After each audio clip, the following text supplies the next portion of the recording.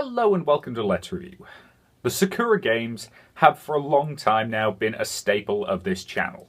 In the last year alone, I've covered 3 of them. And, well, frankly, they all sucked. However, they have been on a general upward swing, going from unbelievably awful to merely bad. So with any luck, they will continue this upward swing. So, their latest game is Sakura Beach, and the question obviously becomes, has it actually managed to breach its way all the way into being good? Well, to answer that, we start as we always do, with the gameplay. As with all the previous Sakura games, there is nothing here that could be dubbed traditional gameplay. Now, don't get me wrong, I've said in the past that I don't necessarily have a problem with this, and I honestly don't. However, if you're going to sell something as a video game, it needs a certain level of interactivity, even if that's only decisions that affect the outcome of the plot. And this game does have some decisions in it, though their outcome on the plot is very, very limited. It's actually been brought up that this is not a valid complaint of visual novels, for the simple reason that a lot of them don't have gameplay. However, I maintain that it's something that makes me feel a little bit bored at times, and frankly, it's therefore worth bringing up. Overall, the gameplay is not what anybody is going to be buying this game for, so frankly, I think we should just move on. The story of Sakura Beach follows a group of 3 friends who have gone on holiday to a beach. And that is it. Unlike previous Sakura games, there are no elements of fantasy, no elements of mysticism. It's just a simple story about a holiday. So does that mean we don't get the joys of wholly inappropriate combat attire? Nope. Just fairly normal beachwear. You know, I actually feel a little bad about how disappointed that makes me. You and me both. The main character is named Seiji, and he is obsessed with space. This is literally his only defining character trait, and frankly, it's brought up so often that I spent the entire first half of the game waiting for the sexy alien to turn up. I was disappointed. The alien wasn't sexy? No, the alien wasn't in the game at all, unfortunately.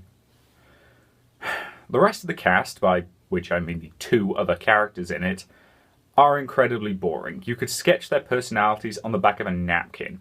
And frankly, they're just classic archetypes of anime. You've got the friend from childhood who insults the main character constantly, but clearly really, really wants to get into his pants.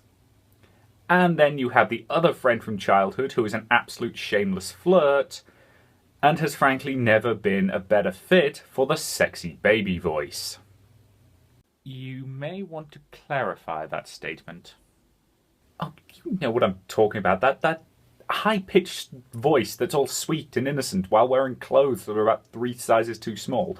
Look, there's an entire 30 Rock episode on this, and frankly, I'm not going to attempt to parody the concept myself because, frankly, I don't have the boobs for it. Oh, that is not a mental image I needed, thank you very much. Sorry. Look, as you would expect from a game like this, the story is about which of these 2 cardboard cutouts our main character ends up with. Or, if you hedge your bets and fail to make a decision, you'll end up with both. Yeah, the story for this game is pretty darn terrible, and its attempt to introduce a serious subplot falls hilariously flat on its face, when one of the other recurring themes of this game is that bikinis are really, really badly made and will fall off at the drop of a hat. Oh, and then there's the lesbian fan service that comes right the hell out of nowhere. I know I'm going to regret asking this, but what? Yeah, one of the CGs has the 2 girls making out. It comes right the hell out of nowhere, and then it's never mentioned again. It is the most shameless piece of lesbian fan service I've ever seen. I mean, even the ones in Sakura Fantasy at least had a tiny bit of bearing on the plot. Here, it really is completely and utterly pointless. In fact, I think it's probably going to have to become my go-to reference for completely pointless and unnecessary nudity and fan service. What was the previous reference? I don't know, probably every episode of Game of Thrones ever made. Look, this game is terrible. Its story is bland and uninteresting, and frankly, you knew that already. Unfortunately, I think the biggest problem is that I'm pretty sure it's worse than Sakura Angels, which means that the steady upward swing these games have been on has just taken a nosedive. Overall, the story is terrible, and I have nothing else to say about it. The art has always been the one element of these games that I have been wholeheartedly able to say was excellent. Unfortunately for this game, they've got themselves a new artist, and, well, frankly, I don't think they're as good. Just to demonstrate this, let's do a little bit of a compare and contrast, shall we? This is one of the CGs from Sakura Fantasy, and frankly, it's actually really good. While I have made my distaste for the character designs known, I have never denied the quality of the art. It's all really well drawn, really well rendered, and yes, if we're being honest about this, some of it is really quite sexy. As I say, I can criticise the quality of the writing and the story, but I would never deny that yes, the art is really, really good. This, in contrast, is from Sakura Beach, and to me at least, it's just not as good. I'm not sure what it is about it that's a little off, but something about it just doesn't feel quite right to me. As I say, I would have a hard time putting my finger exactly on what it is, but for some reason, it's just not quite as good. I would hesitate to call the art bad, because really, it isn't. It's just not quite up to the standards of the other games in the series.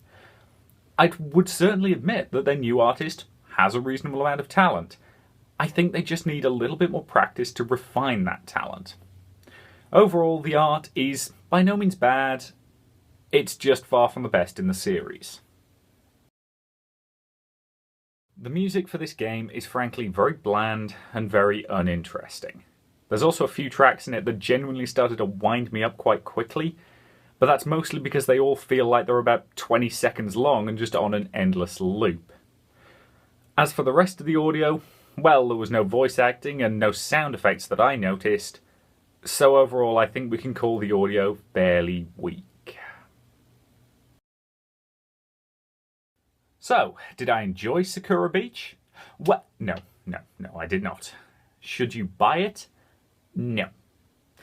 Look, much as I hate these games, I can at least admit that they had been getting better on average.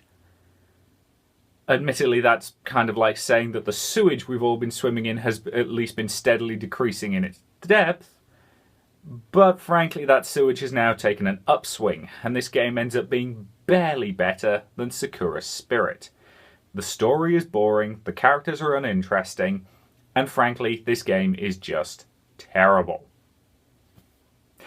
Now, if you'll excuse me, I'm gonna go do some research and see if I can figure out what the heck's happened to Sakura Fantasy Chapter 2.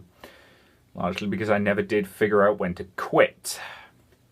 I'll see you later.